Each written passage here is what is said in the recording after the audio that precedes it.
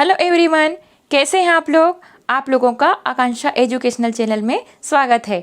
आज का टॉपिक है हमारा यूज़ ऑफ सम एडवर्ब का पार्ट 2। कल हम लोगों ने too, much, very, very much, too much आदि हम लोगों ने जो एडवर्ब थे उसके हम लोगों ने यूज़ के बारे में जाना था। आज उसका हम पार्ट 2 पढ़ने जा रहे हैं। तो आज हम पढ़ेंगे एवर का प्रयोग। एवर का प्रयोग कभी भी किसी भी समय के अर्थ में एडवर्ब के रूप में निगेटिव सेंटेंस तथा इंट्रोगेटिव सेंटेंस में होता है। ठीक है, ये जो एवर होता है, एवर का अर्थ क्या होता है?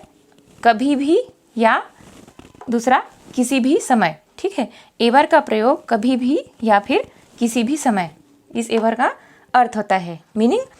ठीक है, के अर्थ में क्या होता है? एडवर्ब के रूप में निगेटिव सेंटेंस तथा इंट्रोगेटिव सेंटेंस में इसका प्रयोग किया जाता है। जैसे एग्जाम्पल में लिखा है nothing ever happens in this village. यहाँ पर निगेटिव सेंटेंस के रूप में इसका एवर का प्रयोग हुआ है। दूसरा है have you ever been to Nepal.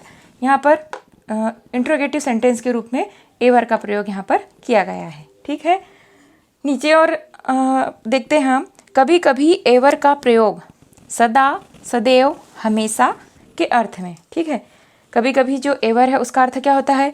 सदा, हमेशा या सदैव के अर्थ में एडजेक्टिव्स तथा पार्टिसिपल के साथ में इसका प्रयोग भी होता है। ठीक है, तो जो एवर है उसका प्रयोग कहाँ पर होता है? एडवर्ब के रूप में नेगेटिव सेंटेंस तथा इंट्रोगेटिव सेंटेंस में, तथा कहाँ पर होता है? एडजेक्टिव्स तथा पार्टिसिपल्स के साथ में भी होता है। ठीक है, यहाँ पर उदाहरण लिखा है evergreen trees, his ever open mouth. तीसरा है हीज एवर लविंग वाइफ। ठीक है, तो यहाँ पर इसका प्रयोग कहाँ पर हुआ है? ये जो ग्रीन है ये क्या है? अपना एडजेक्टिव्स है, तो एवर का प्रयोग कहाँ पर किया है? कहीं पर एडजेक्टिव के साथ में तथा पार्टिसिपल के साथ भी यहाँ पर किया गया है। ठीक है, ये पार्टिसिपल है तो एवर का प्रयोग उनके साथ भी मिलकर किया गया है। और एवर का प्रयोग कहाँ पर होता है? निगेटिव सेंटेंस तथा इंट्रोगेटिव सेंटेंस में होता है। किसके रूप में? एडवर्ब के रूप में। अब हम सेकंड जो पार्ट है इसका वो पढ़ते हैं। अब हम बात करते हैं अगो। अगो का प्रयोग। अगो का प्रयोग एडवर्ब के रूप में पास्ट टेंस में होता है। एगो का अर्थ पहले या पूर्व होता है। ठीक है, ये यहाँ पर हमने अगो लिखा है। अगो का अर्थ क्या होता है? पहले या फिर क्या होता है उसका अर्थ? पूर्व। ठीक है, पहले या पूर्व, बीता हुआ। ठीक है, इसका अर्थ ये होता है। अब इसका प्रयोग कहाँ पर होता है? पास्ट टेंस में होता है। किसके रूप में? एडवर्ब के रूप में। एग्जाम्पल है I came to Patna exactly 18 years अगो।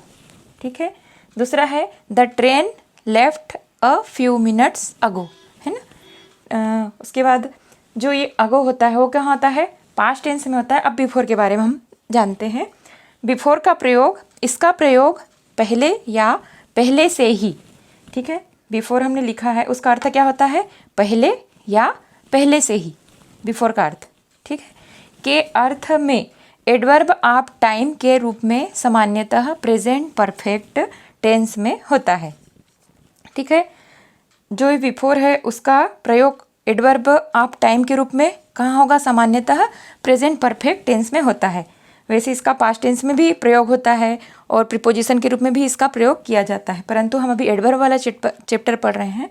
तो जो बिफोर है उसका प्रयोग कहाँ होता है? एडवर्ब ऑफ टाइम के रूप में सामान्यतः प्रेजेंट परफेक्ट टेंस में होता है। ठीक है, एग्जाम्पल लिखा है मैंने I have seen this film before. ठीक है, उसके बाद है नीचे बिफोर का प्रयोग उस समय से पूर्व। मतलब बिफोर का एक अर्थ क्या होता है? उस समय से पूर्व। पूछ लिया बिफोर यानी क्या, तो उस समय से पूर्व भी इसका अर्थ होता है। बिफोर का प्रयोग उस समय से पूर्व के अर्थ में दो सेंटेंस को जोड़ने के लिए होता है। बीच में हम बिफोर शब्द लगाते हैं और दो जो सेंटेंस होते हैं वो आपस में हम उसको जोड़ते हैं। ठीक है, एग्जाम्पल है the patient had died before the doctor केम। ठीक है, यहाँ पर दो सेंटेंस है। ठीक है, द पेशेंट हैड डाइड और दूसरा है द डॉक्टर केम। तो यहाँ पर बिफोर लगा हमने दो सेंटेंस को जोड़ा है। ठीक है, तो बिफोर का प्रयोग उस समय से पूर्व के अर्थ में कहाँ होता है? दो सेंटेंस को जोड़ने के लिए होता है। ठीक है, अगो का अर्थ कहाँ पर होता है? पास्ट टेंस में, और बिफोर का अर्थ कहाँ होता है? प्रेजेंट परफेक्ट टेंस में होता है। लेकिन बिफोर का अर्थ कहाँ पर होता है? दो सेंटेंस को जोड़ने के लिए होता है, फिर वो हो सकता है पास्ट टेंस का भी हो सकता है। ठीक है, अब हम आगे जो एडवर्ब है उसका प्रयोग आगे जो हम पढ़ने वाले हैं वो है सिंस। सिंस के बारे में हम जानते हैं। अब हम आगे आते हैं सिंस का प्रयोग। इसका प्रयोग तब से अब तक के अर्थ में। सिंस का अर्थ क्या होता है? तब से अब तक। ठीक है, के अर्थ में एडवर्ब के रूप में प्रेजेंट परफेक्ट टेंस में सेंटेंस के लास्ट में होता है। ठीक है, सिंस का प्रयोग हम जब टेंस पढ़ेंगे, टेंस के चैप्टर में ये सारी चीज़ें आएगी, परंतु सिंस का प्रयोग हम एडवर्ब के रूप में कर रहे हैं तो केवल प्रेजेंट परफेक्ट टेंस में सेंटेंस के लास्ट में इसका प्रयोग होता है। ठीक है, एग्जाम्पल लिखा है, he left school in 1986, I have not seen him since. ठीक है, ये हो गया सिंस का प्रयोग। लास्ट में लिखा है प्रेजेंट परफेक्ट टेंस कि जो सेंटेंस है ये प्रेजेंट परफेक्ट टेंस का सेंटेंस है कि लास्ट में इसका प्रयोग किया जाता है। ठीक है, और इसका हम डिटेल में जब टेंस का चैप्टर ये ख़त्म हो जाएगा, टेंस चालू करने वाले हम टेंस में सारी चीज़ें हम पढ़ेंगे कि सिंस का प्रयोग कहाँ पर होता है। अब आते हैं हम सम टाइम का प्रयोग।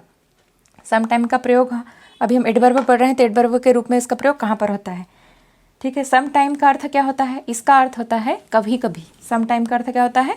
कभी कभी।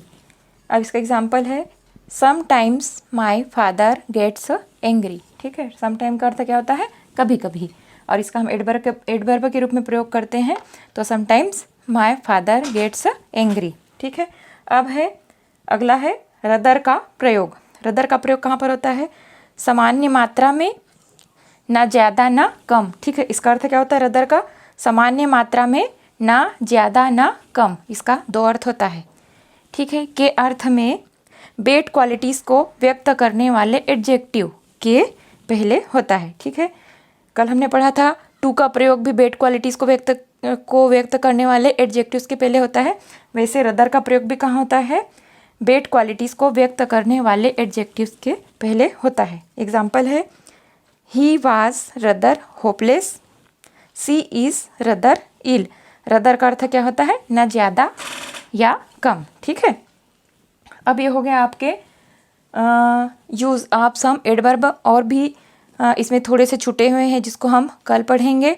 अब जितना भी आज हमने पढ़ा है, 6-7 जितने भी हमने पढ़े हैं आज एडजेक्टिव्स के जो यूज़ हैं, यदि आपको उसमें से कोई भी डिफ़िकल्टी हो तो आप कमेंट्स बॉक्स में मुझे आपकी जो प्रॉब्लम्स है वो लिखें और मैं उसको सॉल्व करने की कोशिश करूँगी। और आप लोगों को जो आज का चैप्टर है उसे प्लीज़ लाइक करें और ज़्यादा से ज़्यादा शेयर करें और मेरे चैनल को सब्सक्राइब करें।